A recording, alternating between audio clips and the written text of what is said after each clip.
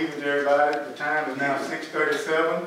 I call the order of the regular board meeting of the Jasper Hospital District. At this time, I would like to recognize that we have board member present. We got Chris Thomas, we got Judge Kennedy, Dr. McMurray, Reverend Harden, Eddie Matthews, Dr. Gillen, Devin Harris, Mike Radcliffe, Kenneth Brooks, all present. Also, we got the board attorney, Robert Jackson. Do we have a panel? At this time, Reverend Harden. May we bow our head. Father, we thank you for another day. We thank you for taking care of us, and we've arrived at this season, and have we come to make the decision in most cases for somebody else. Let it be done in a Christian manner. Let it be done with love for others. Can we thank thee for Dr. McMillan and Dr. Brown for looking out for those that might not live in the city. Help us right now, and let us do our best to glorify your name. In Jesus' name and for his sake we pray. Amen. Amen. At this time, we're up to the public comment forum. Chris, do we have anyone signed up? Yes, Mr. Nice, thanks. Okay. Right before we come, I just wanted to say that the public comment of individuals to address the board, and I'm going to admonish the board that we are not to respond to anything that the people say in public comment. And at this time, you have 3 minutes. First person. One moment. We already put it. We're not going to start this already. We are already in public forum. Anytime I feel necessary. I'd like information. If you want to speak, you need to come on. I thought the comments were after the meeting. I set the agenda to the president. Oh, I see. Okay. Mr. Chair, I have a written request for you on the panel. As I said before, if you want to speak, for 3 minutes, you're on the clock. This is a public information request for any information that allows you to restrict public comment in this fashion. Okay. At this time, you're on the clock. All right. Okay. So if I ask a question, you're not allowed to answer? I have already answered that question. Well, beforehand. I couldn't quite understand you. So you're saying you're not allowed to The board answer? is not going to respond. Pull the mic down a little bit. Okay. Ms. Banks, I will be happy to respond. All right. Get my notes. I was expecting to be called after the meeting. But when voting for a board member, what exactly are we voting for?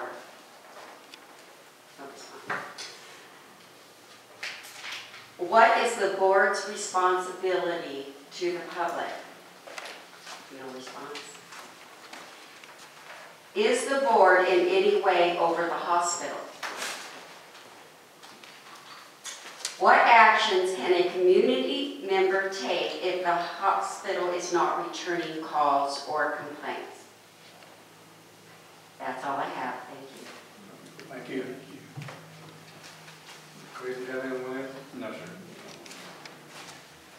At this time, we'll move to the next item on the agenda, and that is to approve.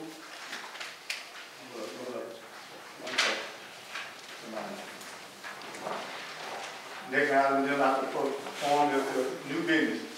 We have 2 people that's going to address the board this evening. One is going to be Jacob Sapp. He's the CNA at the hospital. He's going to give us the board an update on the OB the situation at the hospital. So at this time, when you come forward.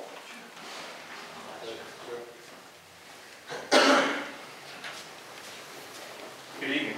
Good evening. Mr. Brooks said I'm Jacob Sapp. I'm a CRNA. Been practicing here at Jasper for the past 5 years. I don't know any of you guys aside from Dr. Gillen and Deborah, and that's my fault. I wanted to thank every one of you for your services. Some trying times ahead of us come. A lot of difficult decisions. Got to decide the allocation of resources. But really, I'm just here to talk about one particular issue, and that is obstetrics. The services that are offered here at Jasper have been offered since 1970. We've been put on notice as a hospital. We've been given 90 days, and at the end of that 90 days, the physicians are no longer required to offer OB services. And I couldn't just stand by idly and not say anything. and just let this go to the wayside, because I live in those trenches every day. So let me just give you a synopsis of what happened today, as a matter of fact. We get a phone call 4:45 in the morning, come do an epidural. This was not a patient that has a physician here in Jasper. This was a patient that seeks OB services in Lufkin, but they were almost completely dilated. It was time to have the baby. They couldn't go to Lufkin to have this baby, okay? Immediately after that, 7:30, we do a C-section on baby. We deliver another baby. Even now, we have another patient laboring in our OB department. So I've talked to the administrators of the hospital, and the OB department is not only needed and dire for this community, but it's also, it makes money. Not only by itself, there's a supplement from the government for rural hospitals for the OB department to sustain itself. And I've learned recently that our hospital gets $600,000 a year tied to a 403B pharmacy program. And if we don't have OB services, we lose a large amount of that money. So because of these reasons, among countless others, I feel like if we don't act now, because the three positions we have, they're working themselves to death. I mean, it's a lot of call, and to be honest with you, it's unsustainable. So if we don't start seeking, actively recruiting family practitioners that have OB services as part of their the services they provide, there's going to be some catastrophic event in the near future that's going to happen in our ER, and it's preventable, gentlemen. It's going to take some time and some resources to get some help to Dr. Gillen, Dr. Schneider, Dr. Stagmeyer. When I originally come here, we had Dr. Samuel and Dr. Pham as well. I also went to the board at Christus and talked to them and pleaded my case for them, and they have stepped up. They increased the amount of call pay by 500% to try to get the 3 physicians that we have to cover our services, and they're doing it for now, but it's not sustainable. They approached Dr. Pham, who still practices in this community and has admitting privileges at our hospital, and asked if he would do OB services. He's not interested. So the reason I'm before you today is a singular focus. Is just, I don't know what we can do as a hospital board, but we need help recruiting a family practitioner that delivers babies. Otherwise, something that this community has offered for 48 years, the middle of March, end of March is going to come to an end. And I believe it's preventable. I know without a shadow of doubt this is a service that this community needs. I'm passionate about it. My job doesn't depend on it. As a matter of fact, my life would be a lot easier if I didn't have to wake up in the middle of the night and do this stuff. But I enjoy doing it, and it's needed. And for safety reasons, if nothing else, I mean, you have an hour to Beaumont, you have an hour to Lufkin. A lot can happen in an hour time frame with these women. So I ask that you approach this as if it was your granddaughter or granddaughter-in-law, and it was an emergency situation. Would you want her to have to wait for an hour to get OB services? And I don't think the answer is yes. So my question is, what can we as a board do, I mean legally, responsibly, to pursue this? I know Christus has the same end goal, and I've heard you guys say that you desire OB services here, but if we don't act immediately, it's not going to happen. It may close temporarily or forever. So, and it's dangerous, gentlemen. We have ER physicians that are already saying if there are no OB services here, we're probably not going to work here because they're not qualified or ready, and a lot of them are not covered to practice in a rural setting without somebody to cover them clinically. So the ones we have are skilled. They do great. I worked with, I can't tell you how many obstetricians that are not as skilled as our family practitioners that deliver babies here.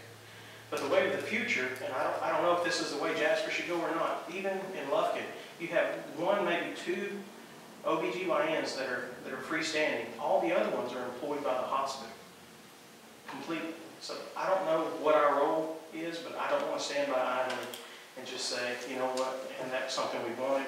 Hindsight, I wish we could have acted and prevented this death of this baby or this mom in the ER. So I'm not a whistleblower.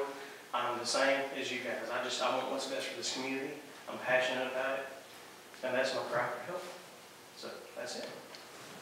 You say there's only 3 physicians that deliver babies in Yes, sir. Yes, sir. Dr. Stagmeyer, Dr. Schneider, your husband and wife, and there's Dr. Gilmore. So that's it. 5 years ago when I came, there were 5. And 1 in 5 call is reasonable.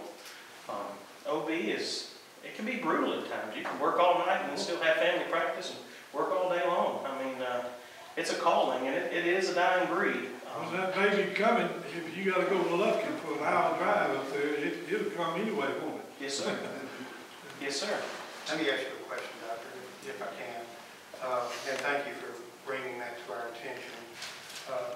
To let you know, under the existing arrangement, the board is a landlord. Okay? We own the building, and Christus manages the hospital. In your opinion, and as you indicated in Lufkin, and I'm glad you brought that up, the majority of the OBGs in Lufkin are employed by the hospital. Is that what you told me? Yes, sir. That's There's correct. only 2 in Lufkin that are independent practice. Aside from Dr. Suter and Dr. Johnson. Yes. In your discussions with Christus, and this is the heart of what I'm getting at, you indicated that you went down and talked to the Christus board, is that correct? Not the board. I talked to our CEO here in town. Okay, with Wayne Moore? Yes, sir. Wayne Moore, okay. And I don't represent them or their actions. You're not employed by them, I know you're independent, and I appreciate your efforts here at the hospital. In talking with Wayne, did you ask him what steps Christus had made in providing OB doctors up here to provide this service for the hospital? I did. What did he tell you? Christus did reach out to Dr. Fay, who would have been the 4th person to share this call. He declined. Okay. They increased their call pay to the 3 existing.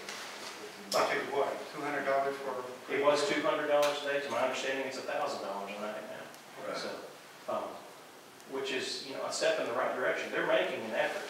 Now, as far as recruiting, they're not recruiting. If their responsibility is to provide the OBG department here in Jasper, which is not our responsibility since they manage the hospital. Yes, sir. Okay, and stay with me on this. If it's their responsibility to keep that OBG functioning out there, would you agree with me that they need to provide those OB doctors up here, whether they come from Beaumont or somewhere else? I agree. It needs to happen. I don't know where the blame should fall, so to speak. I don't know. You can't squeeze blood from a turnip. They're doing everything they can to get our 3. But even if you do recruit an OBGYN into this area, you would still have to have a family practitioner on call to take care of the baby, because they only take care of the mom. So the beauty of, it's called an FPOB, family practitioner that practice obstetrics, is them as they take care of both the mother and the baby. You kind of get a 2 for 1. And it is a dying breed, but there are schools that still pump them out right and left, and there are still people that are, looking to move elsewhere. So I don't think the burden solely lies on Christus.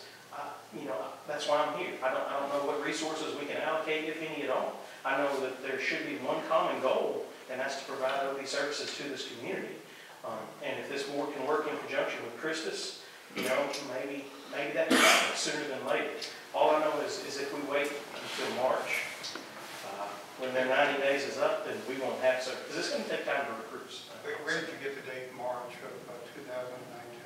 Was that told to you by Christus?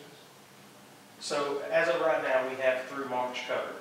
The hospital's been put on notice. They have to have 90 days notice by the practitioners that are delivering right now to say, after this given date, don't expect this burden to lie solely on us.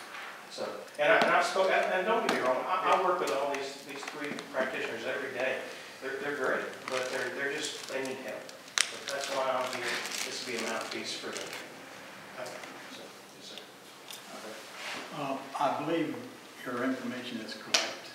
Having delivered over 1,000 babies in this area in the past, I'm completely sensitive to what you've made from it.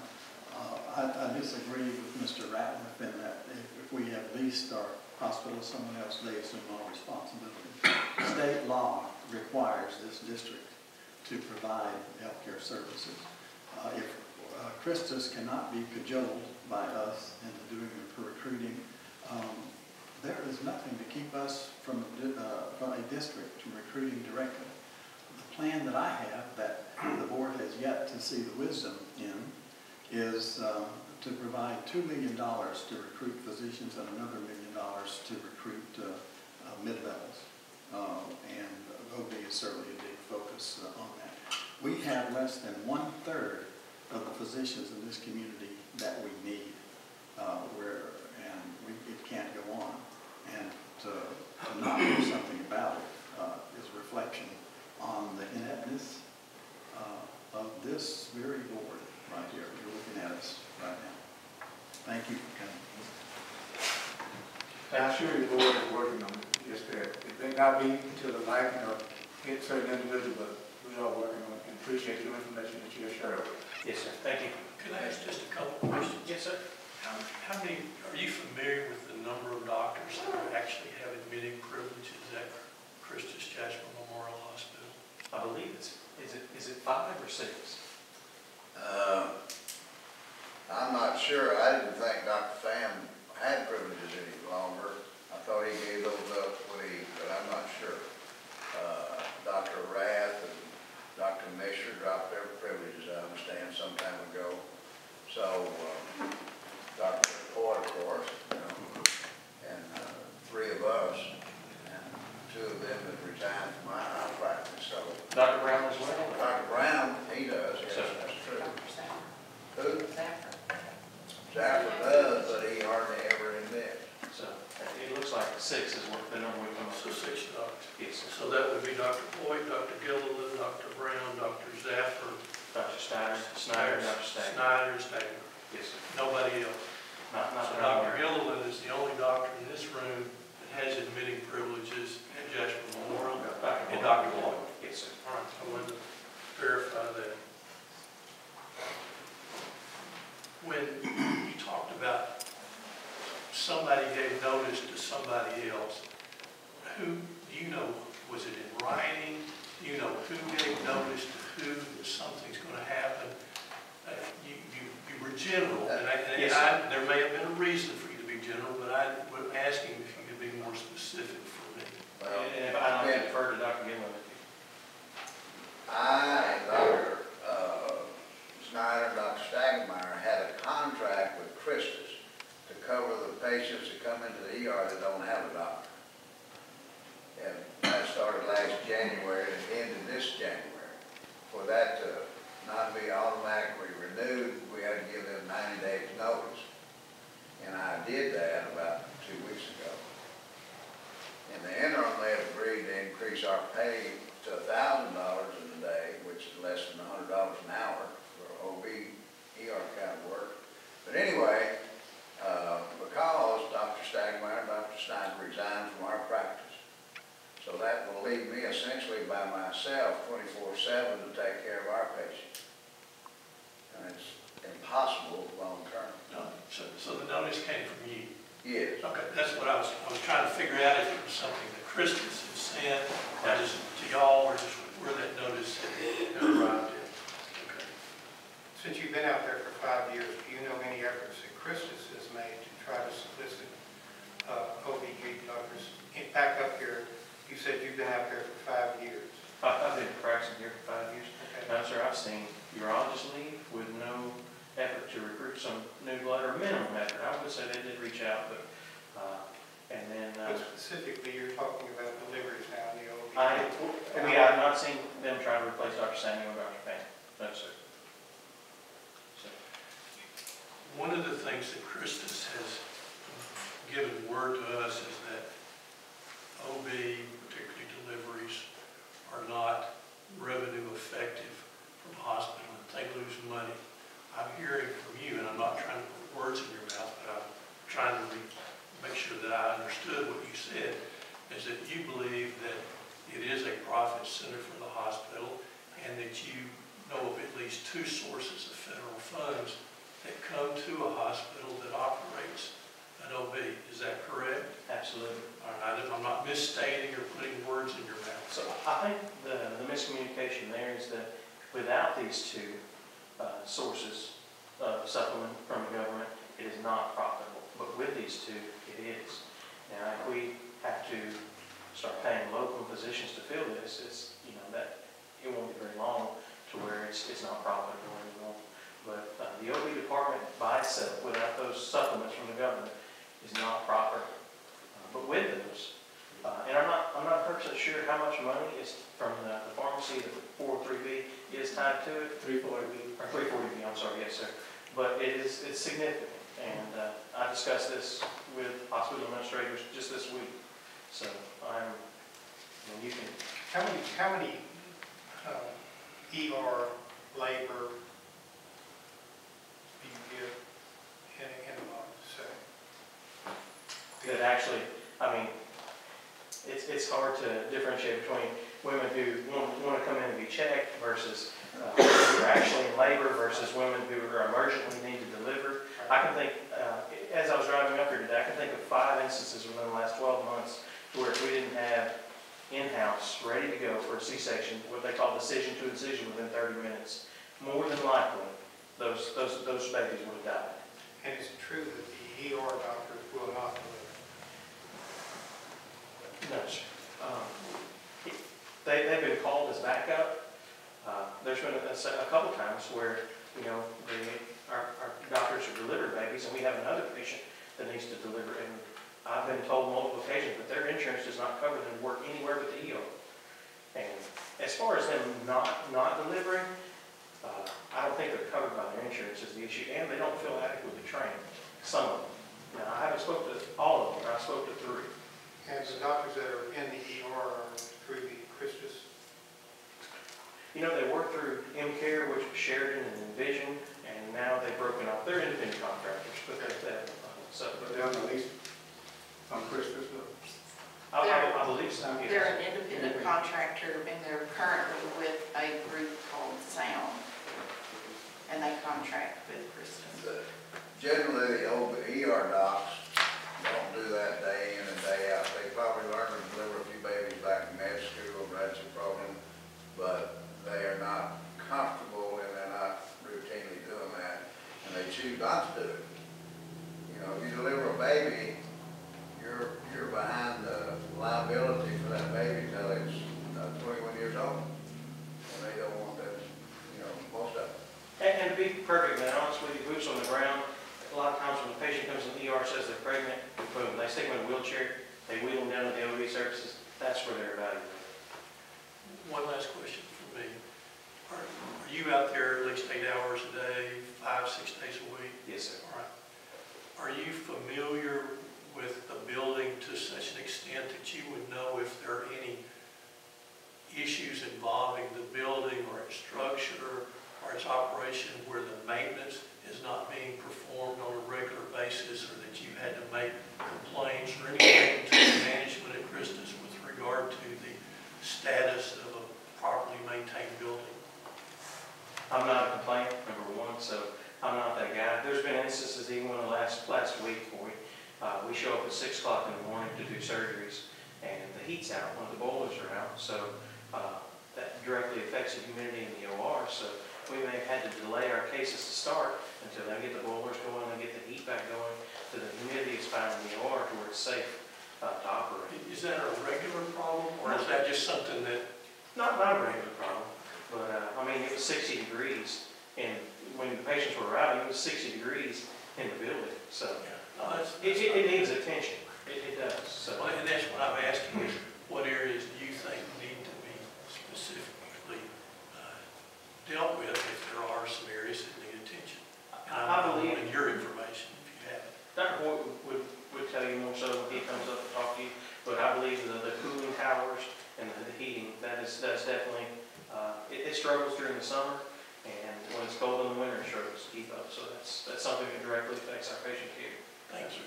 Yes, sir. One other thing, you made a point that the 340B pharmacy is a good source of revenue that aids at the OB. Yes, sir. And I want to just remind the board, you know, we actually participate in extra funding for that 340B pharmacy, and those that's out here that do not use it when you do go to the clinic. or to the hospital, be sure to ask about that because it can save you on your prescription drug medicine and also assist in funding for the OB services. It's really great to have this convenience right there in the hospital.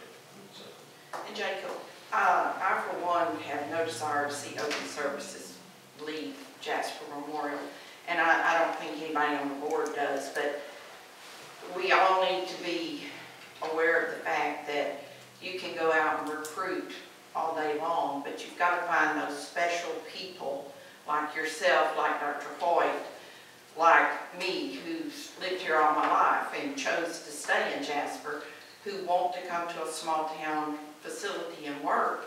And sometimes that's very hard to do. You just can't run out and grab one and say, hey, come here. And then when they do recruit, we can't give them permission to just go in that hospital and provide a service. That's something they have to go through with Christmas. So it's just not a really quick fix. no, I get But it. it's one I very well would like to entertain trying to do something to make sure it happens. But, I think some people think, oh, it's quick to go out and get somebody, and it's not always quick. The doctors, they have a family, they have a wife who says, I don't want to move to a small town. I don't like the school district here or whatever. And I just, I'd like to remind people we've got to be aware of that it's not going to be something that I think we can rapidly go out and find someone to come in. You might can for a short period, but we need to figure out a plan to help retain them as well. No, I agree. All the more reason to start today. That's why I'm here. And that's why I asked you over the last 5 years that you've been out there, whatever it's Christus has made, who's managing the hospitals, to keep that soliciting that, to get people recruited in here, whether they go to med colleges, if they get interns, or they get residents to come up here and try to work at OBG. And that's one of our big questions is, we understand where we are right now, the limited doctors that we have in this community. Many have pulled out their privileges, don't want to go up there. Is it because they don't want to deal with Christus, or the cost factor is not good for them? I can't answer for them, sir. I do know this, is that Christus has made an effort acutely, at least within the last 2 weeks. Okay, last 2 weeks, that's Yes, what sir. I know. So, But this and so we have one common goal, and if we can get on the same page as them. However, I don't know where the funds need to come from. I don't know what this needs to look like. I just know it needs to start happening. Thank you. So, Appreciate it, Jay. thank you. Thank you, Doctor. Yeah, thank you, Mr. Sapp. That's information we need to hear. I'd also like to thank our president, Kenneth, for throwing out the 3-minute time limit. Thank you. It's not for him. It's not open talk. Okay, at this time, we're gonna have Dr. Hart, when you come, and give us an update. And you see some on the surgery, hospital situation. And moving to Members of the board, thank you very much for allowing me to speak. Can you hear? No, is it on? Thank you. We can hear you. Not there? You're fine. Okay.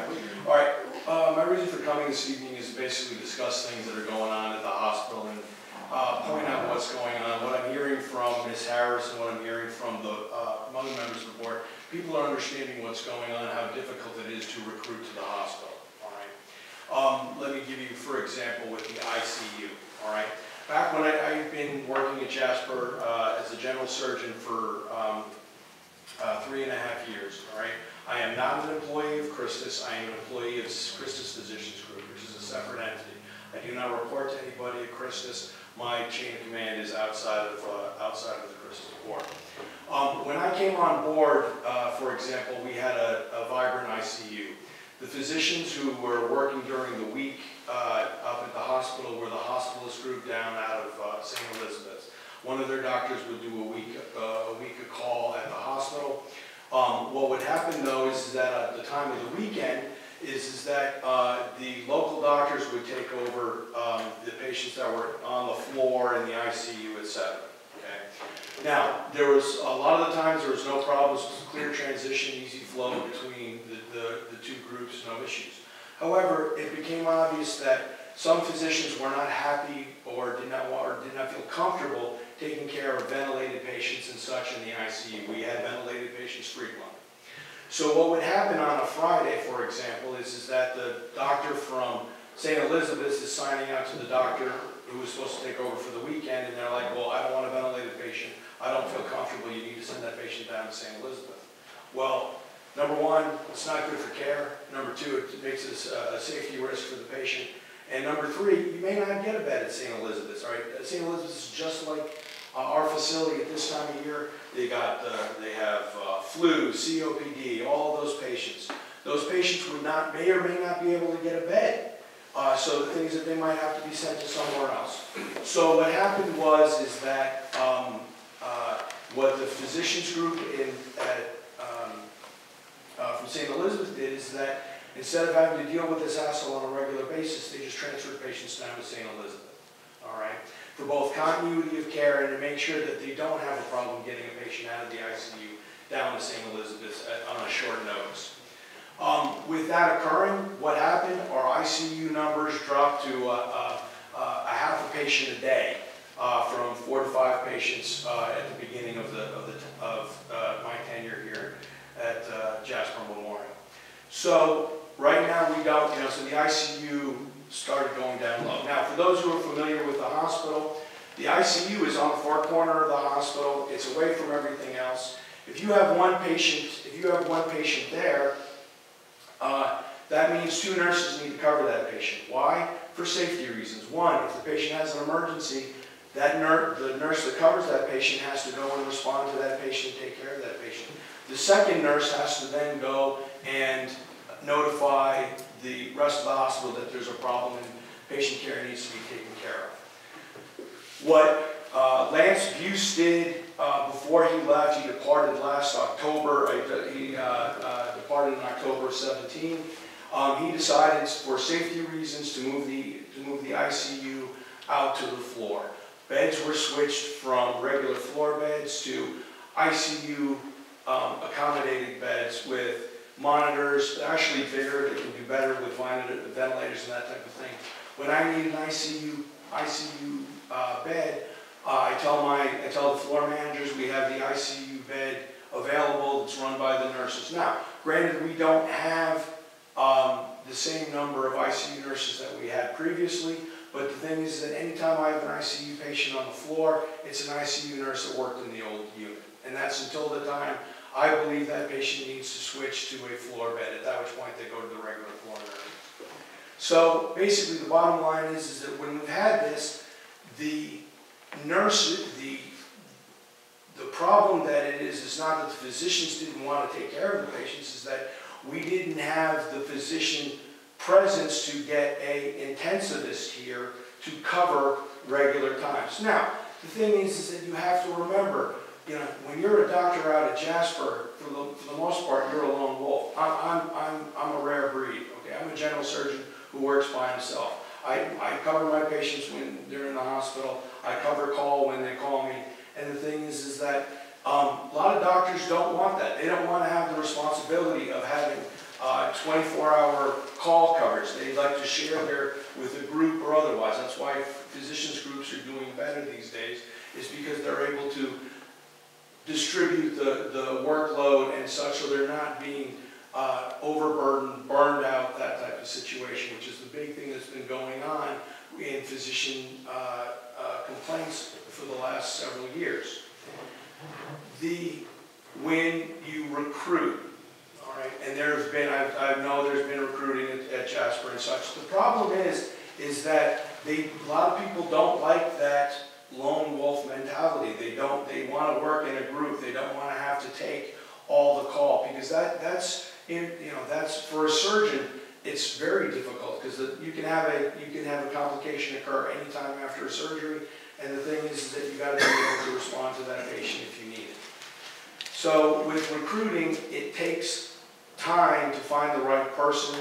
They need incentive to come to Jasper and such. Like I said, I've known several recruiting episodes to try and get a person up here, done by Mark Durand before he left the hospital. People were like, okay, great, but then when they saw what their responsibilities were going to be, they're like, no, the hospital's too small.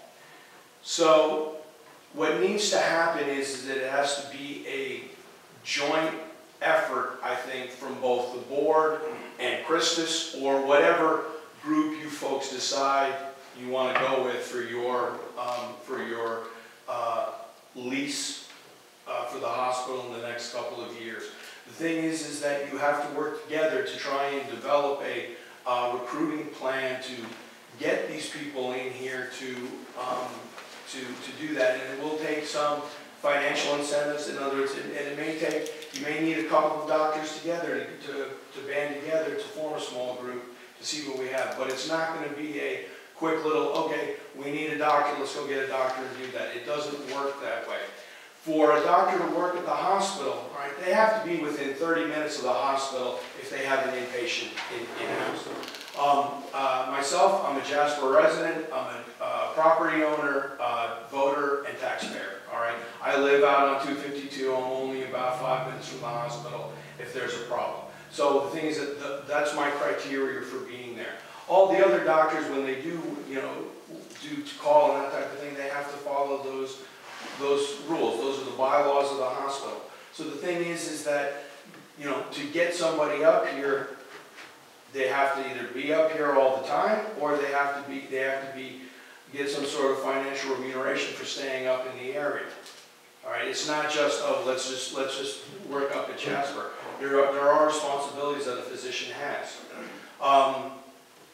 In addition to the difficulty in recruiting, I mean, we've had a significant amount of attrition. Dr. Botros has retired. Dr. Pearson has retired, all right? Do I know that they tried to get a urologist? Yes, they tried to get a urologist, but the individual who they approached decided not to do it for some of the same reasons that I've discussed with the board here. If for recruiting for your plan, for your strategic plan, the thing is that there has to be input from the board, and it may be financial or otherwise, to help recruit physicians. Because the thing is that if there's no financial incentive for a doctor to come here, they're not going to come here because of the amount of work that they've got to do at a small hospital. Like I said, doctors, and unfortunately, you can talk about millennials and otherwise that choose not to go there, but the thing is that more doctors today want to share the responsibility of patient care, call and otherwise, and when you don't have that, it's very difficult to get a physician into Jasper. All right, we've already talked about OB. I heard about the physical plant. Yes, yes, Christus is fixing things when things break down, but remember, the hospital is old, all right? It has an old heating plant. It has an old air conditioning system. It's going to need something, Christus is fixing it when there's a problem. We have not had any severe issues, but the thing is I work in the OR daily. I'm the one who knows when there's a problem with the air handling or heating system. But the thing is that the building is old. It's going to need a revamp. All right. And the thing is that who's going to cover the cost of that? And that's something that you're going to have to think about with your negotiations with Christus, with other folks. Like I said, but that is going to be a large problem with any group that you deal with, because, like I said, the building is old and it does need, it will need some improvements in the next. Now, granted, the ER is new, updated, working well, but like I said, this is the rest of the hospital building that's the issue. Does it primarily relate to heating and air, or are there other issues besides heating? As far as I know, it's heating and air is the majority of the issues that we've had. But like I said, Christus, when a problem is identified, the team that they have on board gets in there, fixes what we need, and usually within a couple of hours, the issue can be resolved. Anyone got any questions for that point? Go ahead. Doctor, in scaling down the ICU unit, whose decision was it to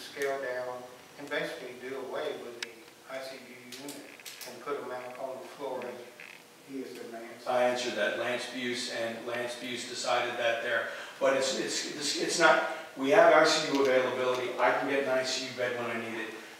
What the problem was, it was a safety issue in the ICU. Because the thing is that if you only have one patient, you're using 2 nurses, that nurse has to stay there all the time. So it's not a good use of staff or otherwise. So the thing is that they moved it out to the floor so it could be there. Do I have 24-hour ICU availability? No. But as I discussed with Dr. McMurray, if there is a problem, if a patient needs ICU capability and we don't have it, we can transfer that patient, and that's identified in the ER, so the patient is not going to the floor and can't get ICU care. Do you have any knowledge that maybe it was a cost factor as far as maintaining the ICU for Christmas? It was, from what I was told, it was more a safety factor. It's not that they redid rooms, and they redid at a significant cost to redo those rooms, but the thing is that, like I said, it moved it into a place where it's safer to have an ICU patient with the current needs of the hospital for ICU care. Because the thing is that the majority of the patients were being transferred down to St. Elizabeth's. Because we didn't have the ICU unit? No, sir. If you listen, as I said, what occurred is that the hospitalist group was admitting to the ICU. What happened is that several of the local doctors did not feel comfortable taking care of ICU ventilated patients, and there would be a mass exodus on a Friday. The hospitalist group decided at that time it is not safe for patient care. They moved the patients down. They would, instead of admitting them to the ICU, they would send them down to St. Elizabeth's to guarantee them a bed, to guarantee them continuity of care, because it doesn't help the patient, sir, to be perfectly honest. If the patient has to be sent to Lufkin or CHI because there's no bed down at St. Elizabeth's. And that's what I was asking you. It ended up we didn't have local doctors that was going to be able to be willing to take on the ventilated patients. Correct, sir. On a weekend basis. Correct, sir. You had the hospital, the Christus Hospital group that were able to come up here during the week. It's a hospitalist group that contracts with Christus. It's not a Christus hospital group. Okay. The second thing I wanted to ask you was, because the ICU has been scaled down quite a bit, does that limit you as a surgeon as to what type of services you can provide in surgery out there? Sir, I take a look at all my patients very carefully as what I need for ICU. Have I done larger cases this year? Absolutely. Do I put them in the ICU? Absolutely. Have we had any problems? No. All right. But the thing is that with the loss of for example, Dr. Botros, all right, I'm limited to what I can do, because let's say if I have somebody with, for example, if someone has severe diverticulitis, which is an infection of the colon, I sometimes need what we call ureteral stents during surgery to protect an inadvertent injury to those structures. And the thing is that I don't have that now. Okay? And it's not that, and like I said, Dr. Botros retired this year in I believe it was July or August timeframe.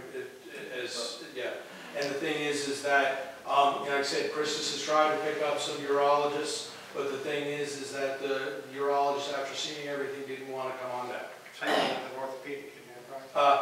Orthopedic, right now, the Beaumont Bone and Joint has a clinic that's manned by a PA. He is overseen by all of his staff members down at BBJ, oversee everything that he does. We have Dr. Curry and Eiston coming up. Dr. Curry. I'm talking about surgeries now. Yes, this is what I'm talking about, surgeries. I'm talking to Dr. Curry and Dr. Eiston have done surgeries up here in Jasper. Dr. Curry actually operated last week, but the thing is that what we need is a regular orthopedist on staff, because the thing is that if you don't have an orthopedist on staff all the time, you get somebody who needs a broken bone that can be fixed here at Jasper, but they got to send them down to St. Louis because they don't have the orthopedist. We're going to get it wrapped up, Dr. Got one other question. You said you've been how long? 3.5 years, sir. When did you actually, the group that you work with now, the group that formed, when did it actually form? Or when did it actually start being on? Christus Physician Groups has been, I don't know the exact date, sir, but the thing is that Christus Physicians Group has had a presence in Jasper for I believe 2 years before I even arrived, okay? And the thing is that it's always been one surgeon, it's not been a group of surgeons working. Brother Brooks, Dr. Holt, I want to compliment you. I'm the type that compliments people. And I've told them all along, Jasper is very lax in telling people thank you. But Dr. Thomas told us, don't have a two-story. It was something going around, and now you've proven it. If we had two stories, Dr. Thomas said we have to have 2 of everything. If we had the emergency, then we'd be up there. I want to thank you for just coming. Thanks. And saying what you're saying. But the vision that the man had, he's going to heaven, but he had a vision. We would have to have 2 of everything. And Dr. Thomas told me, said, John, don't you vote for that? And I did. And now we are slack, even though we don't have a 2-story. We're still slack. Thank you, Dr. Jacob. I just got a couple of questions. Last December, end of November, Walgreens had done a survey that they do regularly, apparently, and they didn't.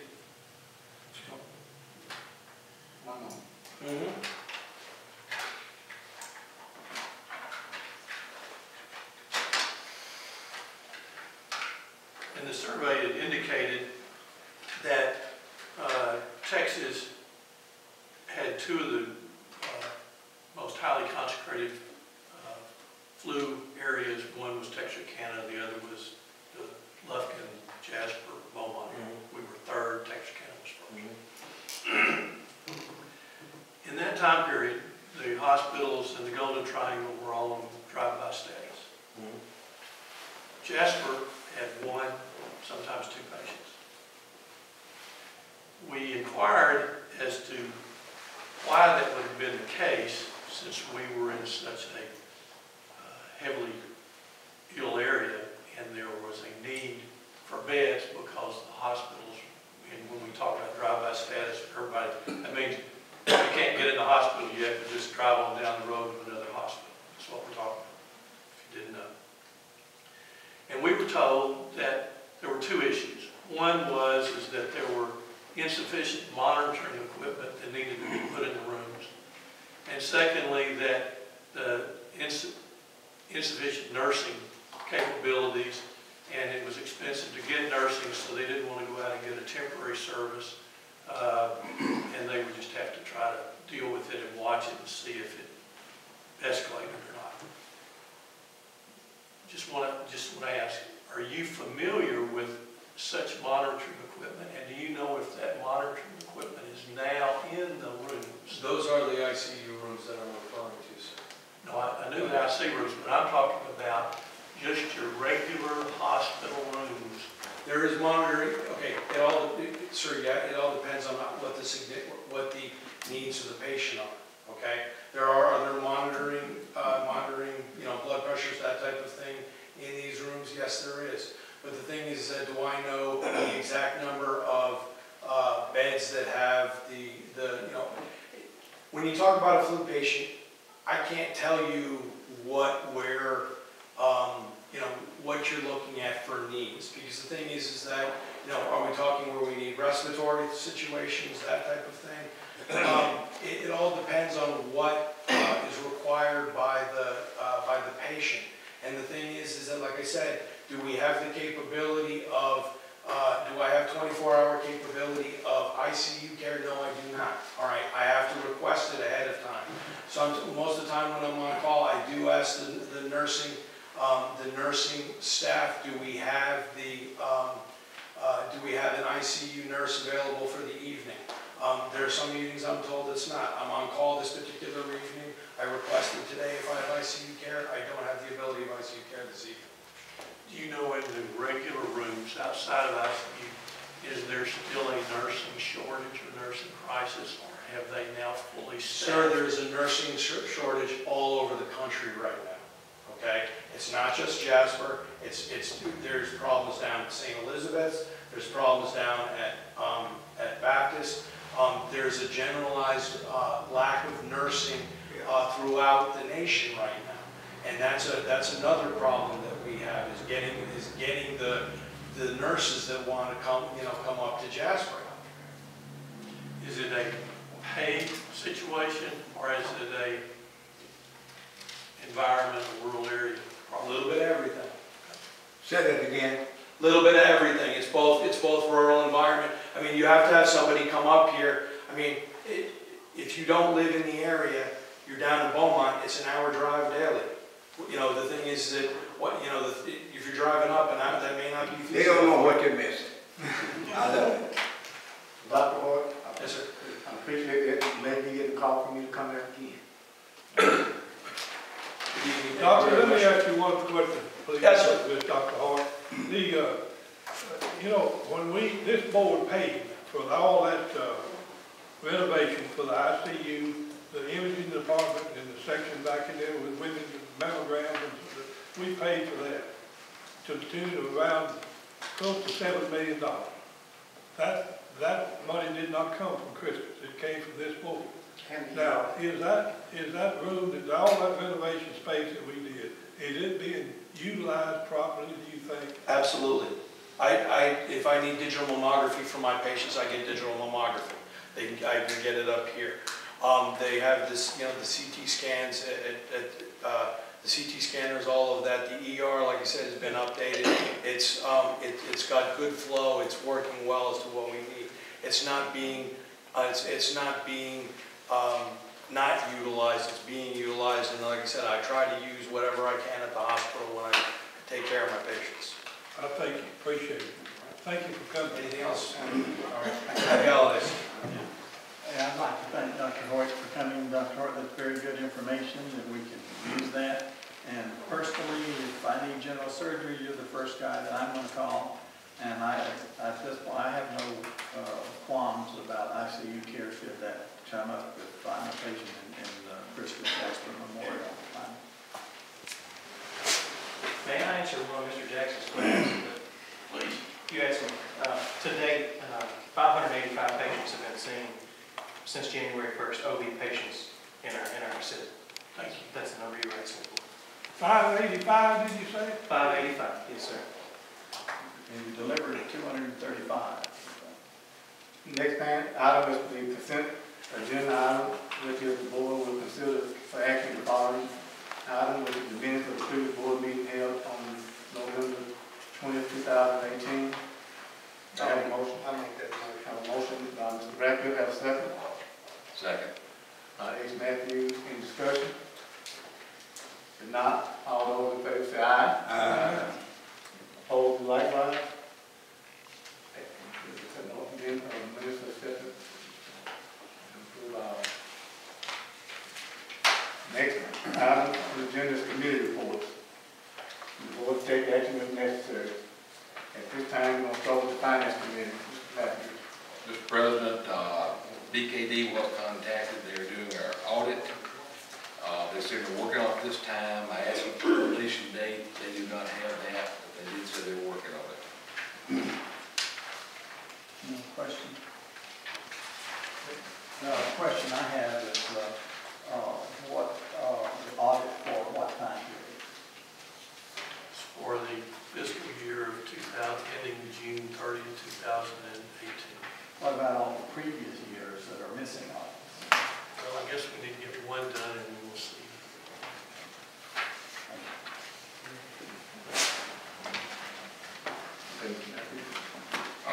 Item 2 is approved financial statements for the month of November 2018. I reviewed the bank statements and the financial statements for 2018. The bank statements have been reviewed. There are 4 outstanding checks. Number 2580, which is a voided check. 2584, which is Kenneth Brooks for $98 for cleaning McDonald's storage and moving to Dickerson. Number 2601 is a voided check. And 2605 is to Robert Jackson, attorney at law, $8,004 for billing for August 2018, September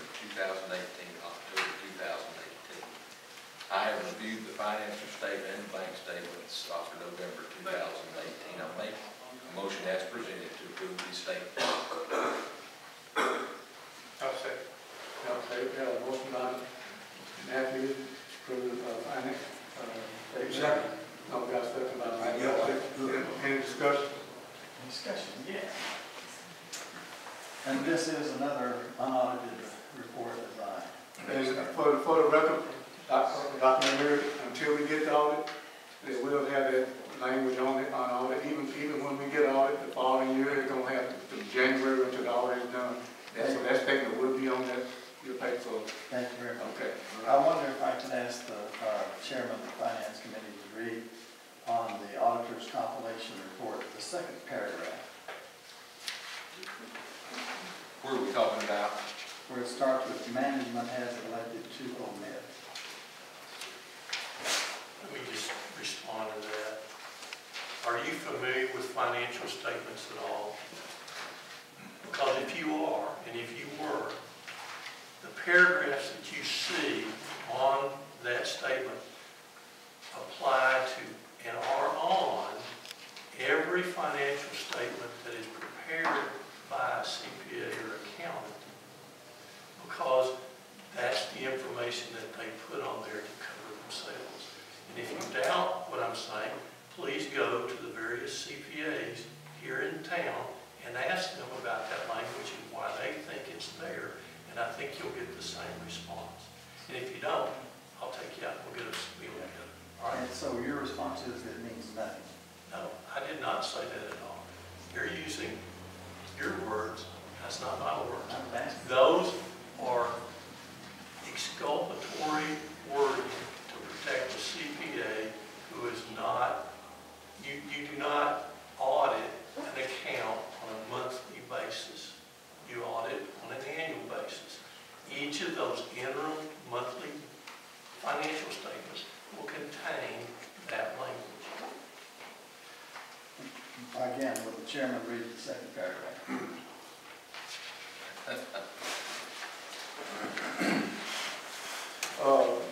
Hold on, excuse me. Your question was answered, and you can also read yourself, so we're gonna move on. No, I asked for that this is- question, that Well, this is a You discussion. can read it, you can read it. It's there on paper, right in front of you. You have read it. You know, It's I'll important. Kenneth, he's had time to read this, you know, just like the other times he asked last month for missing checks, there's no missing checks. There's outstanding checks, isn't that right? I don't know, I haven't Okay. seen anything to prove. Yes, you get that every month, and matter of fact, you asked me on the checks stated before, and they were approved the month before. So that's why I brought up, I want to have any outstanding checks brought to you, where there's, you know, everything's brought where everybody can see this. So, does that mean you will or will not read the second? No, if you've read it, there's no need for me to read it, Dr. McMurray. There's a need for it to be read at this public meeting. These records are public records. Anybody who requested under the open records can get a copy of all of these financial statements. Fortunately, we are in the period of discussion, and what I want to discuss is the second paragraph. Management has elected to omit substantially all of the disclosures and the statements of cash flows required by accounting principles generally accepted in the United States of America. If the omitted disclosures and statements of cash flows were included in the financial statements, they might influence the user's conclusions about the district's financial position. Changes in net position and cash flows.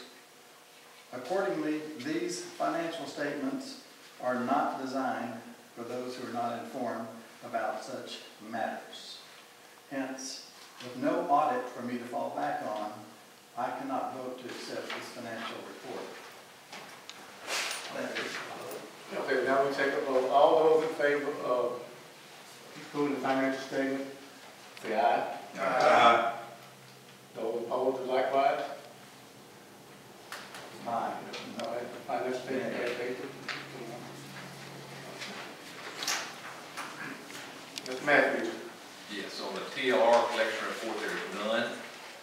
On the review of our monthly collection, we received $2.05 from TLRA for the month of November.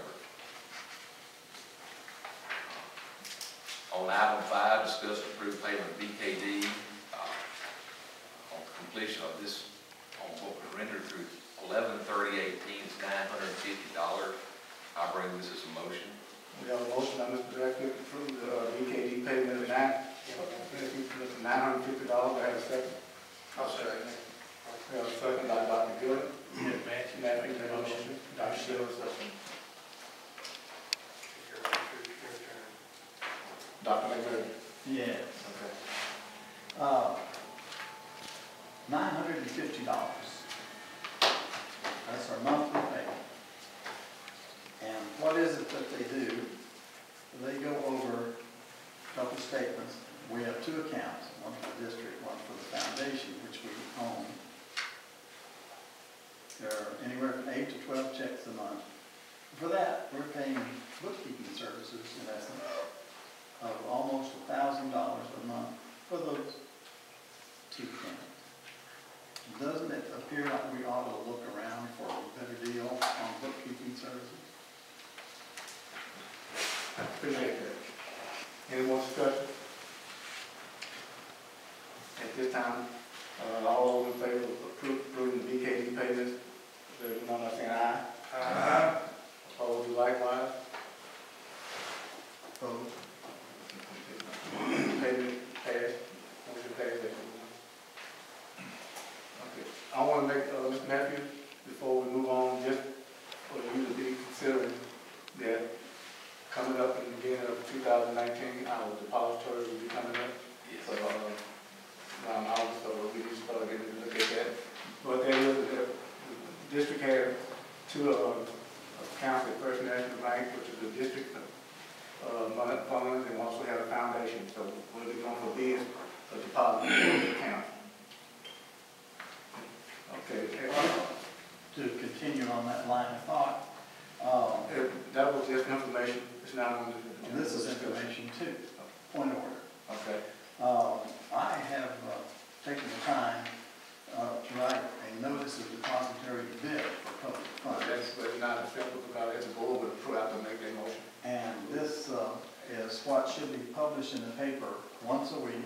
Dr. McMurray, once we get to that point, we will bring it up and it will come to, it will be a decision. Right now, it's already set up to our. What I've done is save you the trouble. Well, you don't have, okay, let's move on. The next item on the agenda, In the newspaper tomorrow. call it Wheels and Ground, Ms. Harris.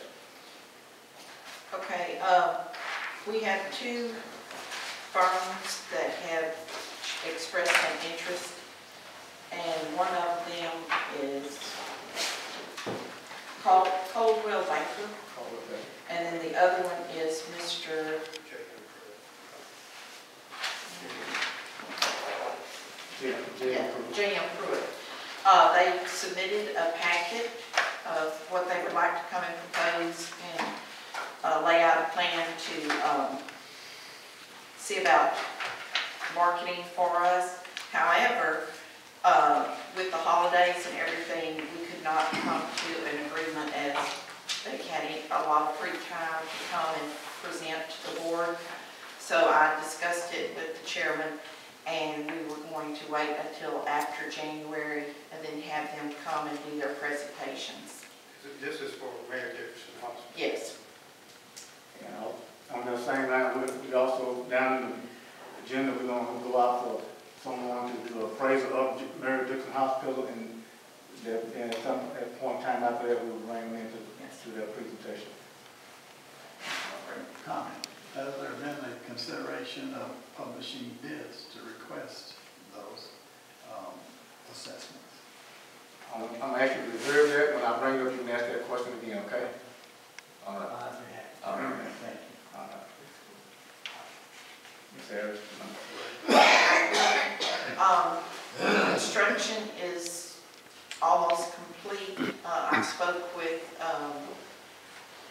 them the other day, and hopefully they will be able to move into it the end of this month, if not right after the first of the year.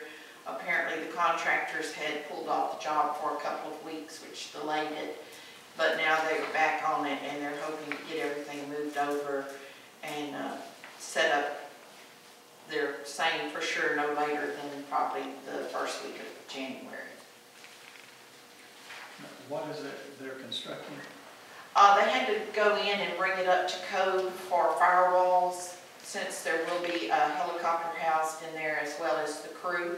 And so Air Rescue hired Jimmy Ellis Construction Company to go in and build the fire retaining wall, put in a bathroom, and then like a small living kitchen area so the crew would have a place to stay.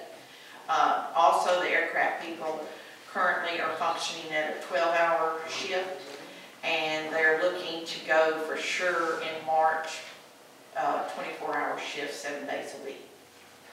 Thank you. Ms. Adams. The mobile unit, the title has been sent to them and we have received, is that it?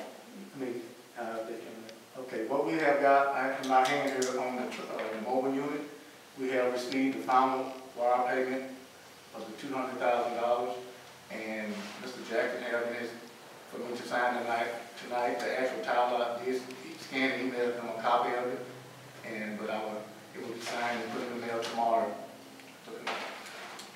Why don't you tell them what the mobile unit is for the public? Back 10 years ago, we belong to what is called a regional advisory council, and the state has divided into alphabets, and we fall into the category of RAC R. And after Hurricane Rita hit, it affected every county within that RAC. So that RAC developed a plan to how could they put forth an effort to establish a mobile facility to bring patients to where they could be brought in for medical attention, transferred out, and all of that. The construction of all that was designed and was built, and the hospital district helped provide for that, and they wanted to make sure that the mobile facility stayed within the Jasper area. It won us statewide recognition, and then also there came a lot of stipulations with it, that it had to be made readily available, it had to be deployed, and it couldn't be deployed just because someone asked for it. You had to go through FEMA and all this stuff. So it really never got utilized, never got used. So we've had it, and rather than it just sit and deteriorate, Christus chose that they no longer wanted to kind of partner with that and pulled out. So Air Rescue, when they came to town, they happened to see it, and they showed an interest in wanting to utilize it for them to deploy when they are transferred out to disasters, and they would set it up as a command center and a headquarters for their crews. And so we negotiated a deal with them and sold it. I was very excited. It will now be utilized for the sole intent that it was designed for. And it will be housed right now up around mineral wells, but there's a possibility it may come back this way. But it'll be utilized. They won the FEMA contract, and so it will get deployed quite frequently. And they're in the process right now of putting their logos on it and getting it in a state of readiness. We sold it to them for $200,000. We sold it to them for $225,000. This, as I understand it, was quite a resource, but the community could have been deployed in any natural disaster or national disaster. And I can't find anything where we ever trained the crew to operate it. It just sat there and collected dust. It was also equipped with several $100,000 worth of communication equipment. Can you tell me what happened to that equipment? That equipment was purchased by the federal government, and RAC-Q, which is the Houston area, wanted to come and take over possession of the trailer and all of its contents. We did not allow that to happen, that they could assume responsibility for the trailer. It had no funding in it that they could take over. However, the federal government allowed them the authority to strip it of its contents, which the federal government paid for. And therefore it got taken and it's in the Houston area, which is you could not fight that. That's the federal government, it's their equipment, and they chose to move it, so they did. There was people trained to deploy that thing. However, like I said, it had to go through FEMA. You had to go through all this red tape. The counties had to request it, and the counties had to set up funding and go through FEMA to get the funding to resource it. And at the time of natural disasters around here, no county ever requested it. They knew it was there. We have set it up numerous times in several locations and drilled it, and we've had it open for the public. We had it one time at the rodeo arena here when it was brand new, before the trailer was ever designed for it. We've set it up at Ford Park several times, in Vernon, Texas, at Rice, in Houston, in Alvin, several places. It just never was requested. However, the start of this project did get the state interested, and they funded for 5 more of these units to be built and dispersed throughout the state of Texas. So it was a very big positive. It just never got utilized here. And, you know, it's kind of... Thank you, Lord, we never had in this whole area a national disaster to the extent of where you'd have to move that thing, send up because of injury to people. Yeah. Like, for instance, when I was in Houston, the schools, they had a school blow up down there. They could have put that up, you know, and set it up and take care of those injuries. But we haven't had the magnitude of any kind of injuries to the extent that we could take it out there too. You know, we did offer to sell it to Houston. If you have 3 or 4 injuries, you know, they can go in my ambulance to the hospital. We did offer to sell it to Houston to the RAC. They did not want to pay for it, and then they threw out a price of $25,000, and we refused. And Air Rescue saw that it was a very significant need they could utilize and gave us $225,000. So. Which is essentially the trailer.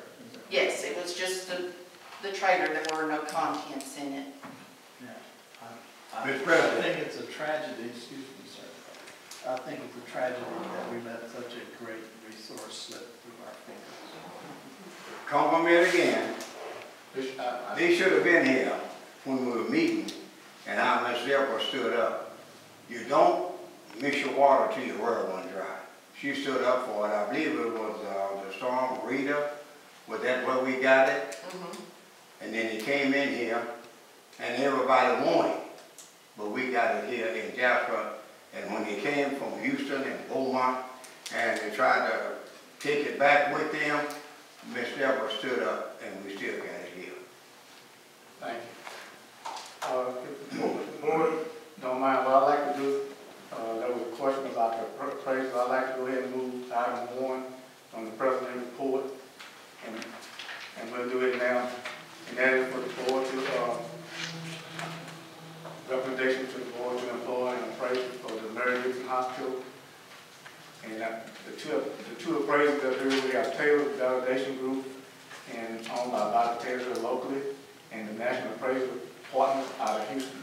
Basically, on that, we have 2 appraisal firms that at some point in time we're going to consider employing to market Mary Dixon Hospital. But we want to do the appraisal first.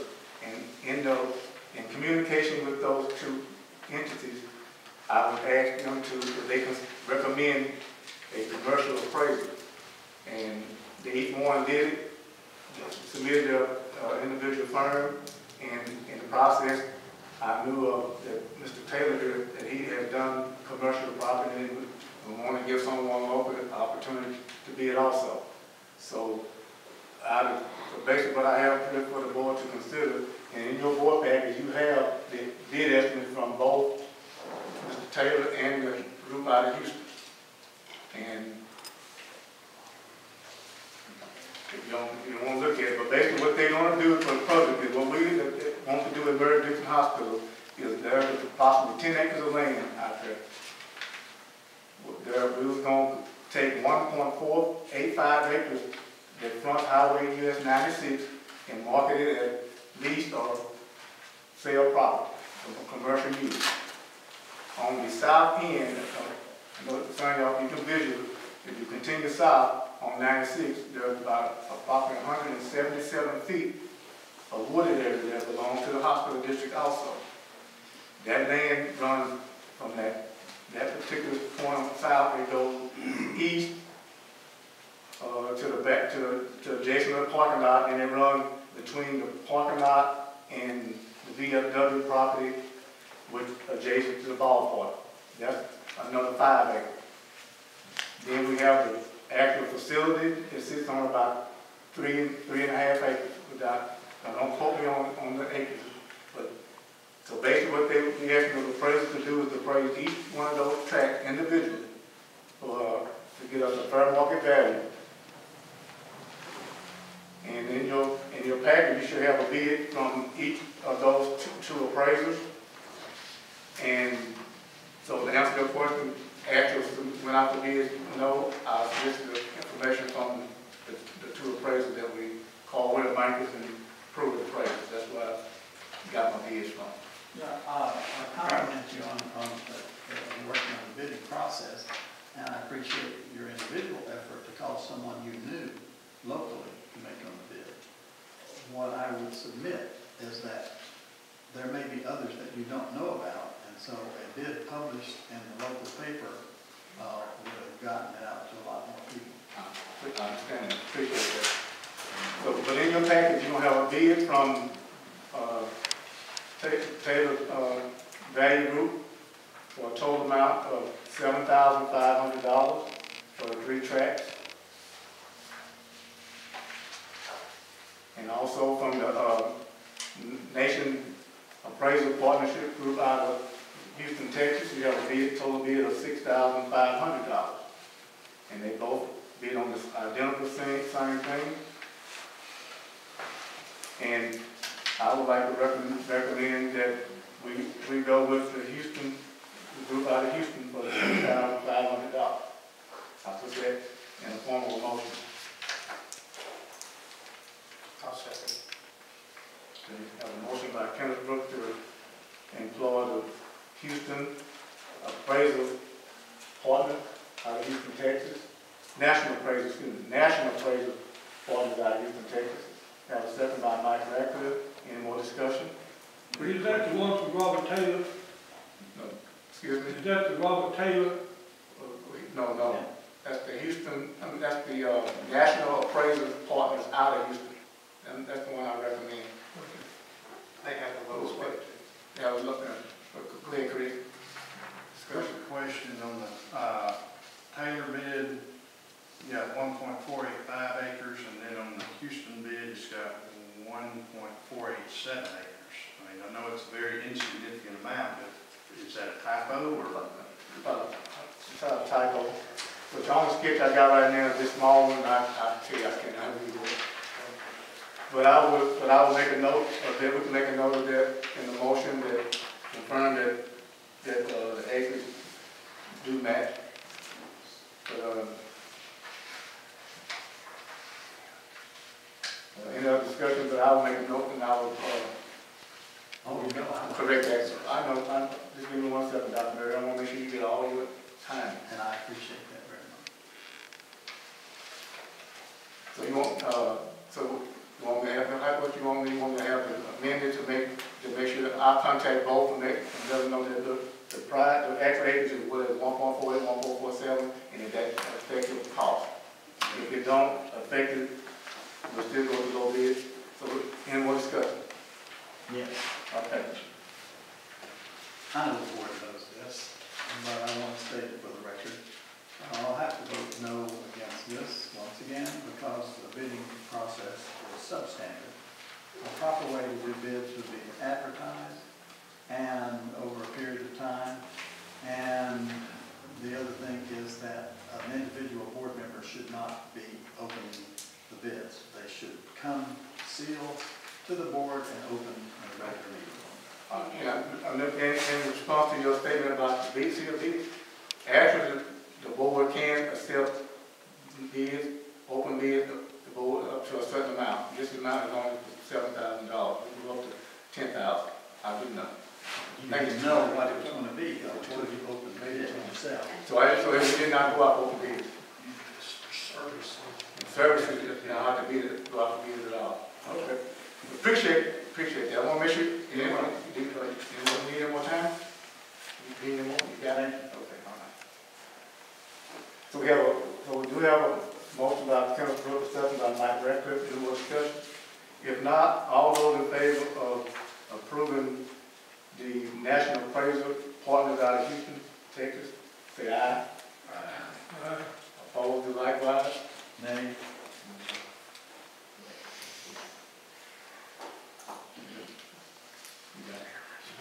You already had that? I knew what it was. Chris is a good man. Okay, at this time, you'll have in the quality assurance, pension personnel committee. Nothing to report. Insurance committee. Nothing to report. At this time, we're gonna go to the strategic planning team. Go ahead, excuse me. Did you go over the report on the air rescue lease agreement? There's no Did you report. miss it? Okay, no report. Actually, that's been taken care of. And there's no report on the personnel committee, even though. I saw the look in your eyes. Yeah, Okay. I'm having trouble here. At this time, the strategic planning committee, we got a team of the committee.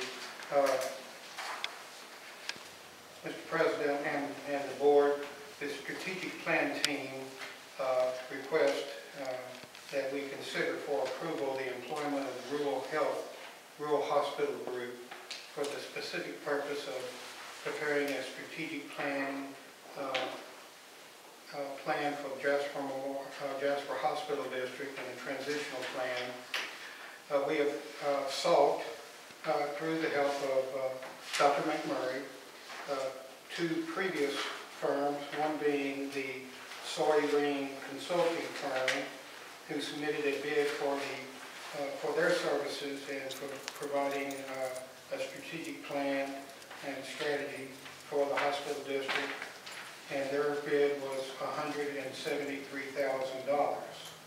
Also, one of the groups that was selected or presented by Dr. McMurray was the Stroudwater, I believe, Stroudwater Group.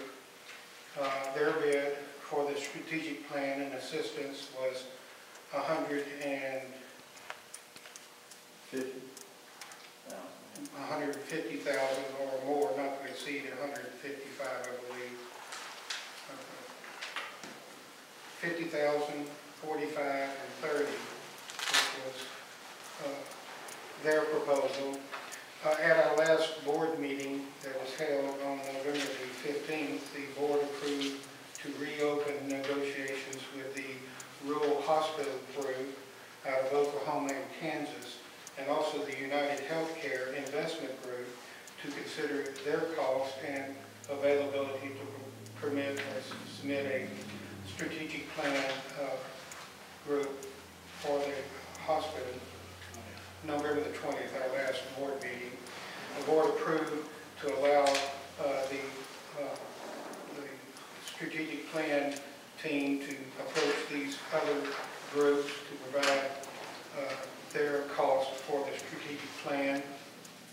These two groups had been previously approached by the hospital board prior to the solicitation of Stroudwater and also the Sawyer firm, and therefore the committee, through my assistance, contacted the Rural Health Group again on behalf of the hospital district to submit their services for preparing a strategic plan and transition plan if necessary, and also to assist in negotiations with Christus or any third party that might seek to enter into an agreement with the district. The key purpose for our negotiations in Christus and their upcoming lease expiring in April of 2020, it was necessary for the board to have a strategic plan. In talking with the Rural Hospital Group, I specifically indicated to them that their services would be only in providing the strategic plan with data that they had, and also in negotiations with a Christus or a third party. And it was limited strictly for that purpose, and it must be done independent for the hospital district. They are not to be considered as any third party, and we're not going to be considered for any third party in this agreement or in the future. Their cost was $20,000 for the preparation of the strategic plan within 30 to 60 days, and also $20,000 to assist with negotiating with third parties or with Christus. Their total cost was $40,000, thereby saving the hospital district some $110,000 or better for the plan. They're qualified, highly qualified.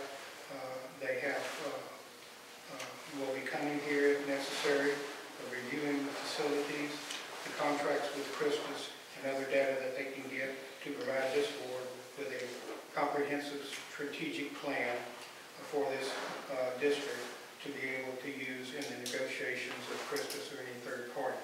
It is my recommendation that we did not approach the other group in soliciting them.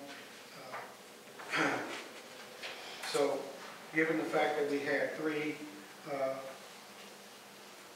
groups to be able to provide the hospital district with a strategic plan, we feel like there was adequate solicitation to independent organizations and the best price, and I feel like the best service would be with the Rural Health Hospital Group for the strategic plan, and that we approve this, and that either the president of the board can approve it, or the vice president can approve an agreement with the Rural Health Group to prepare a strategic plan for the hospital district, and with the president or the vice president and the hospital attorneys authorized to negotiate and review and execute a contract with this group.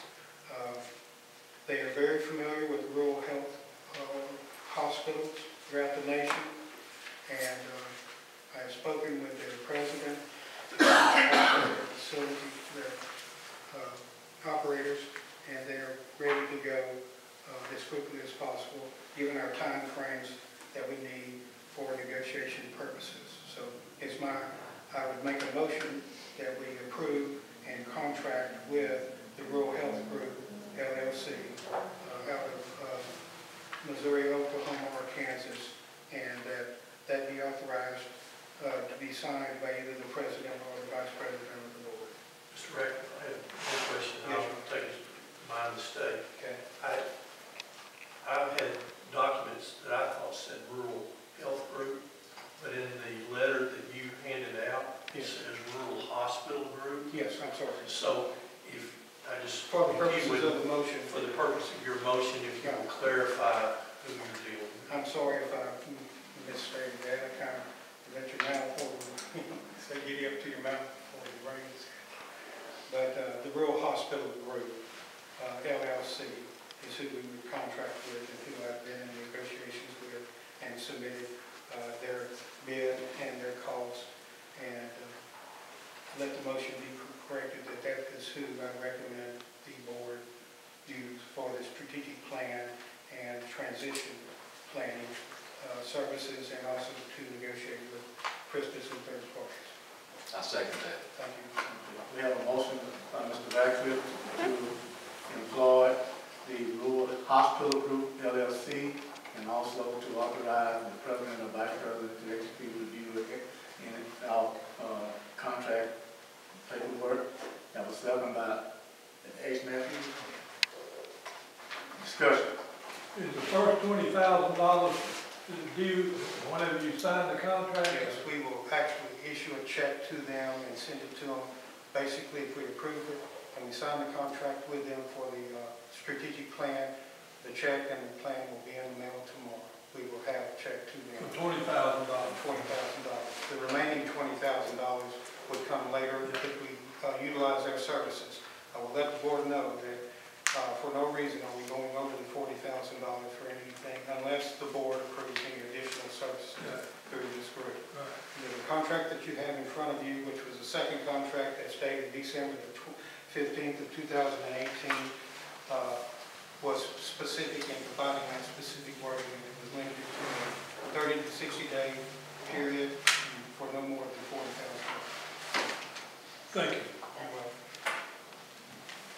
So the total cost would be 40? At this time, yes, 40. Unless Plus expenses, plus expenses, that's correct. 20%. Does that include negotiating? Yes, that includes $20,000 for the strategic plan, $20,000 for them assisting in the negotiations. Total cost $40,000. Plus, their expenses. In all three groups, their travel, their out-of-pocket expenses, their meals, all of that is in addition to that. So I don't want anybody to misconstrue what was being All said. of the fees that I quoted you through the various firms, that was their fee plus expenses.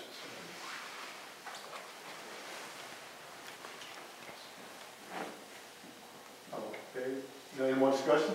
Yes. Where to start? I am former chairman of the Texas Medical Association Rural Health Committee. I spent 4 to 5 years on the Texas Department of Agriculture, Rural Health and Economic Development Committee. Recently recognized by the Commissioner of Agriculture for my service on that group. I have looked at several strategic plans, and there are good ones and there are bad ones. Mr. Ratliff, you are greatly mistaken if you think a strategic plan for this hospital could be completed in 30 days. That's at least a 2 to 3 month study process. You indicated that you have checked these folks out. I'm wondering, first of all, have you ever read a strategic plan for a rural hospital? Did you ask these people if they would give you a copy of their last 3 strategic plans that they had completed? No, and I don't think the ones that you recommended gave us any strategic plan. That is incorrect. I gave you a The board list. didn't see any. Because you didn't call, I gave you a list of all the rural hospitals in Texas that they had done with, and all you had to do is pick up the phone. This is not a good decision. You're throwing $40,000 out the window, and when it's over, we're supposed to be ready to negotiate with Christus by the end of their lease in April. We won't have time to do it. No, this is a very ill-conceived area. Mr. Ratliff, you have not done due diligence in evaluating this company. I will make a motion that we table this for another 30 days, and if you can give us the whole board copies of strategic plans that they have done in other Texas rural hospitals, I'll be happy to review it. And I also would like to know why you did not make information available so the other board members could verify their credentials. You did not even give us their office address on this letter so that we could check it out. We only had this information yesterday. You had it when your package came to you. And also these 2 groups, Doctor, before you even came onto this board or was elected onto this board, I think Dr. Gillian, Harold Kennedy, Robert Jackson, and did you go, Ken? Went and met this group up in, I believe, Dallas or Oklahoma, isn't that correct? Oklahoma City, had long, lengthy discussions with the services they could provide for the district in soliciting hospitals and their experience in it. These board members had that information available, And therefore, last meeting that you were at, it was opened to say we need to solicit them for a strategic plan since they've already approached us and we have approached them. And I did so as a committee member for that strategic plan committee, talked with them, was convinced that they had the experience, and reapproached them on behalf of this board about them entering into an engagement agreement based upon the other board members having an opportunity. May I see copies of the documents that you reviewed to say that they were experienced? Did you review any strategic plans that they have done in the past? No, I haven't. That's what I thought.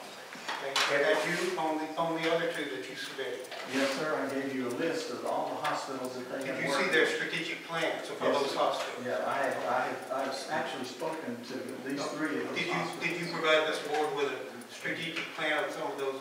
Excuse me. Dr. McMillan, if you remember correctly, I had you chair that committee, Yeah. and when you came with a recommendation, it was based on, as the chairperson, what you had determined.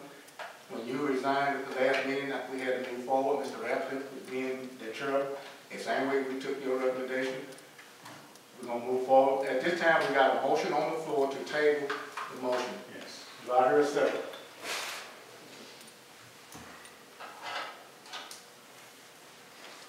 If not, we have a standing motion to approve the previous motion, and we have a motion by Mr. Ratcliffe, second by his nephew. We have any discussion. All those in favor say aye. Aye. Opposed, do likewise. Nay. We got 8-1, being a nay. Mr. Ratcliffe, number 2. Since we were getting into a point where we were going to be negotiating with Christus on their contracts coming up in the very near future, I think it was necessary for the hospital board to solicit a firm that has the experience of hospital negotiations. The firm that we have used in the past that is experienced with the hospital district is the firm of Reed Clayman, Clayman, Meeker, Meeker, and Hargett, LLP, LLC, and they are located, I believe, in Austin, Texas. Their main attorney that would be assisting the hospital district in these negotiations, working with the district and our executive attorney, would be, I think, Kevin Reed. They are familiar with the hospital district. We have used their services in the past, and I make a motion that we approve an employment contract with this firm for the specific purpose of assisting the district with negotiating with Christus or any other third-party provider during this period of time. You have been given with your packet a copy of the contract that they have submitted to the district. I'd ask that you review it, and if necessary, I make a motion that we approve this firm and employ their services for the specific purpose of assisting the district with the legal matters that may be related to our negotiations with Christus and any other third party at this time. We have a motion, Mr. Ratcliffe, to employ the law firm of Lee, Clayman, Meeker, and Hoyt, PPLC. Do we have a second? Second. Have a second by Judge Kennedy. Any discussion? I'd like to point out that was only given information on this in the packet. There's been no time for me to study or make any comments. I will abstain on this vote. I might add one other thing about Mr. Reed, for people to know. Dr. Murray named the different organizations that he's been on. Those in the hospital business need to know about TORC. TORC is a Texas organization of rural communities and hospitals. Mr. Reed was the general counsel for that organization when it existed for 20 years. He had been here before and assisted us on other matters. He is well versed in rural hospitals, and we are fortunate to have him agree to be of service to us. Also, as an attorney, I'll point out board certified in health law and administrative law. He's board certified in the Texas Board of Legal Specialization, so that means he's not only an attorney, but he's a specialized attorney in health law and administrative board certified. Thank you. Okay, all those in favor say aye. Aye. All likewise, I think we have Abstention. one Abstain. We need someone that can do that type thing. I just haven't had a chance to look into it. Now, I'm going to chance to look into the meeting real soon. Moving right along, Mr. Jasper. Yes. Finally, the hospital district, we would like to create what we call a strategic planning team that will be composed of the president of the board, which would be Kenneth Brooks, and if he is not available during any of the functions, that the vice president of the board be allowed to sit in his absence if necessary. So the first board meeting, the first member of the strategic planning team will consist of the president. I suggest that the second member of the strategic planning team would be the board's attorney and executive director for the Jasper Hospital District, being Robert Jackson. The third member of this strategic planning team would be the Rural Hospital Group, LLC, which is those who is preparing the strategic plan and transitional plan for the district that we have just voted on. And finally, the fourth member of the strategic planning team would be the law firm of Reed, Clayman, Meeker, and Hargett, with their attorney Kevin Reed, and that would be the board members of the strategic planning team. So I ask through the form of a motion that we create this strategic planning team to represent the hospital district for the specific purpose of formatting the strategic plan, negotiating, and also bringing reports to the board itself. Okay, we have a motion by Mr. Ratcliffe to create the strategic planning team consisting of the president, the attorney, the legal firm, Reed, Claiborne, and the rural hospital group. Do I hear a second? Second. Have a second by Dr. Dillon. Any discussion? If not, all those in favor say aye. Aye. Opposed likewise? Abstain. Motion passed. 8-1 abstain. President report. Could I ask us to do one thing? One moment, please. The cassette quit for a period of time after we put the new tape. I don't know what it did, but Mr. Ratcliffe, do you mind going back and approving the Reed firm again? Okay. It may be on there, it may not be. I just would like to have it. Just that one. I think just well, I don't care. If you want to go through it, I try to watch it, but I don't know when to stop.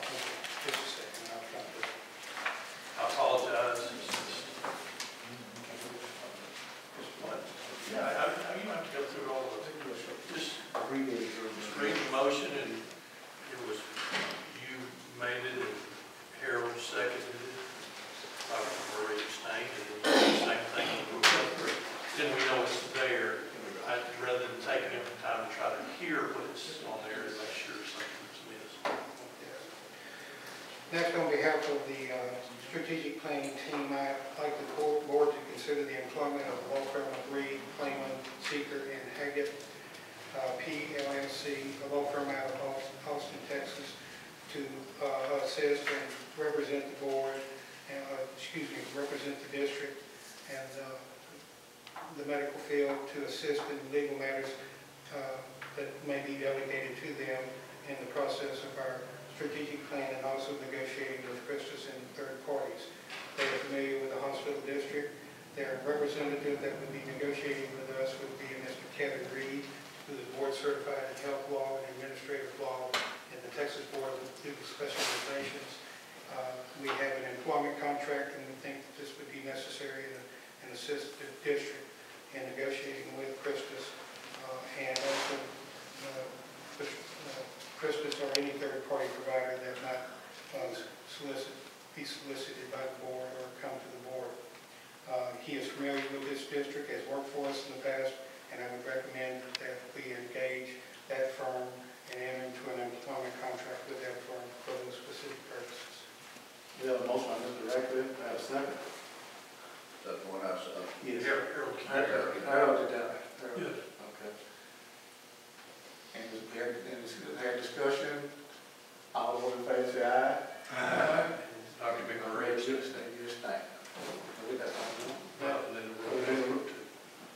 Next, I put in the form of a motion that the board consider the formation. Go ahead, please.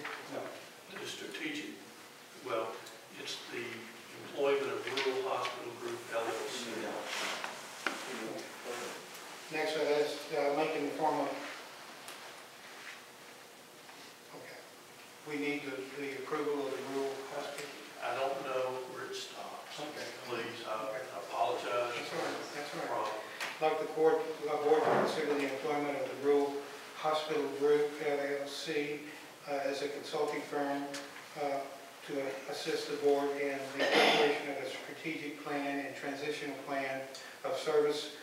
You have available to you their contract dated December the 15th of 2018. Their services would be for $20,000 in preparing the strategic plan for the hospital district, and then another $20,000 to assist the hospital district in negotiating and reviewing matters as it relates to negotiating with Christus or any other third-party provider that may enter into negotiations with. They were originally approached by the hospital district, I think last year. We had Dr. Gillian go and talk with them up in Oklahoma together with Harold Kennedy and Robert Jackson. So I would ask that the court agree that, and the board agree that we can enter into an employment contracts which you have available December the 15th. And this contract can be approved by the president or the vice president of the board. Now, motion by Mr. Ratcliffe, have a second. Second by Dr. Gillen. Dr. Gillen, was Dr. Gillen? It was Was Ace? Ace. Excuse me, Dr. Gillen. That's fine. Okay. So your second. I'll second. Okay, second by Ace. We had discussion and up to the vote. All those in favor say aye. Aye. Opposed, likewise. You opposed that one. He did not abstain on that one. He voted nay. Okay. Do we need to do the formation of the strategic plan? Next, I'd ask the board to consider the formation of a strategic plan team. That this team be composed of the president of the Jasper Hospital District, and if he's unavailable, the vice president be able to assist if the president is not available on this team. Also, the team be composed of the board attorney and executive director of the Jasper Hospital District, being Robert Jackson. The Rural Hospital Group that the board has approved that will assist in the preparation of the strategic plan and negotiations. And finally, the fourth member will be the law firm of Reed, Clayman, Meeker, and Haggett, PLLC, with the principal being Kevin Reed to assist on this team for negotiation purposes. And I'll second. Yes. And motion by Ratcliffe, second by Ace Matthews. We had discussion and the vote. All those in favor say aye. Aye. Dr. McMurray is That's one of the Okay. On the president report, we already did the first one. And before we go to the last one, let me just say something here as part of my report. I came on this board in 1995. At that time, we entered into a contract, a management contract with Christus. It was a non-competing contract where they was going to manage and operate a hospital. And for some 20-some odd years, there has been a real good relationship. I think the hospital itself has grown. We boarded, actually went and funding for the new ERs. We do have 340B pharmacy that I keep encouraging you all that when you go to ask about and utilize. You know, but as healthcare changed, and if we know in the federal government, even locally, it's tough, it's real tough, and it's never source of business. So back, and I want to say around December, and we was informed that Christus at that time was going to cease their operation at the Raven Clinic. Raven Clinic is one of the 3 clinics that the district owns, which is on Spring Hill Road, and one in Kirbyville, and one in Raven. Those clinics, they know that maybe not a strategic plan, but that was a plan. Those clinics were the source of patients to be sent to the hospital to help us fund their hospitals. And when we got that information at the board, we realized that I just tell you, we were not going to let that clinic close. So with the recommendation through the Finance Committee, with communication with Complete Healthcare Services, which was a local clinic here, which is owned by Dr. Gillen, we contacted to see would that be something that maybe they would be able to do, because we didn't want to close at any time. So when we talked with Christus, we worked out something with Christus to where it was remain open until Dr. Gillen was able to get all of his paperwork and credentialing and set to get everything set up to move forward. But with that, it took time, it took money, and as a board, from the foundation, we decided we would help assist with his costs until operation costs, until he was able to start getting reimbursement on his payments from his building. We also got a surprise that I didn't know this, and if you all know, I did not know that Raven Country had their own economic development corporation. I did not know that, and they stepped up and assisted.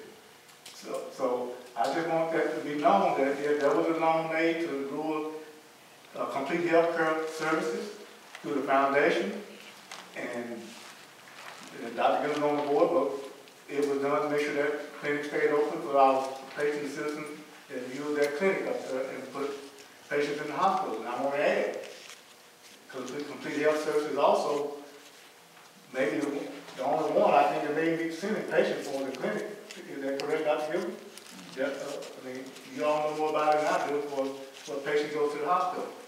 But I just want that clear because I don't like, I'm a person that you don't have to worry about, I'm going to be straightforward, and I don't like things being implied, but I think it was stated that money was on to a board member.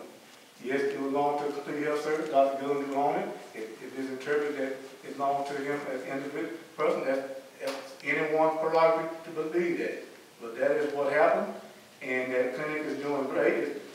I went up to the grand opening. Those that didn't make it, it was a nice grand opening, and it was working at that time.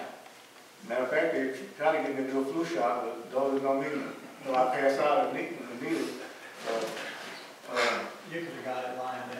I'm just telling you, you have fun tonight, and I get a needle phase, and I can't handle it. But I just want to say that, and now the other part of my report is, as Dr. Hort alluded to it, and the staff and others, there are issues at the hospital with the old facility. And that's why, at this time, I'm just asking the board to give the president approval to move forward and start soliciting companies to get bids and quotes on companies that can come in and do us a complete look over the inspection of the facility at Jasper Hospital, and from the operational side and the safety side. Because those are things that we're going to have to address moving forward in our negotiations. So, I would like the public to know this, based upon the contracts that we have with Christus right now. Christus is responsible for the maintenance and upkeep of the building. Completely. Okay, but let me just make this. If the building has begun to deteriorate or become below standards, the responsibility for the maintenance of that building and any, like the air conditioning unit, Dr. Hoyt and Dr. South, is the responsibility of Christus. if the flooring is incorrect out there, say an OBG, Christus is responsible for that. In order for us to be able to have a comprehensive negotiation with them concerning their existing contract, it is necessary for us to get an independent building inspector that is familiar with hospitals to go out there and say, this is what needs to be done to bring this hospital back up to snuff. And that is the purpose of the President's motion here, is to be able to solicit and get independent inspectors to go out and find out concerning the plant, what is necessary to bring it up to current state code levels or minimum code levels. So this is just getting at a single estimate. It is not advertising for bids for the work. It is getting a building inspector. Inspectors. Now, I'm gonna solicit bids. I'm gonna go out and contact, and I will bring back, No, you aren't. If it's on a certain amount, I will not. If it's over $10,000, it must be advertised once a week Okay, for 4 weeks. we're gonna confirm that The amount. bids have to be open, it's in state law. Okay, I'm The saying, bids have to be open in that a amount, public meeting. I will, if it's that amount, over that amount, it will be out for bid.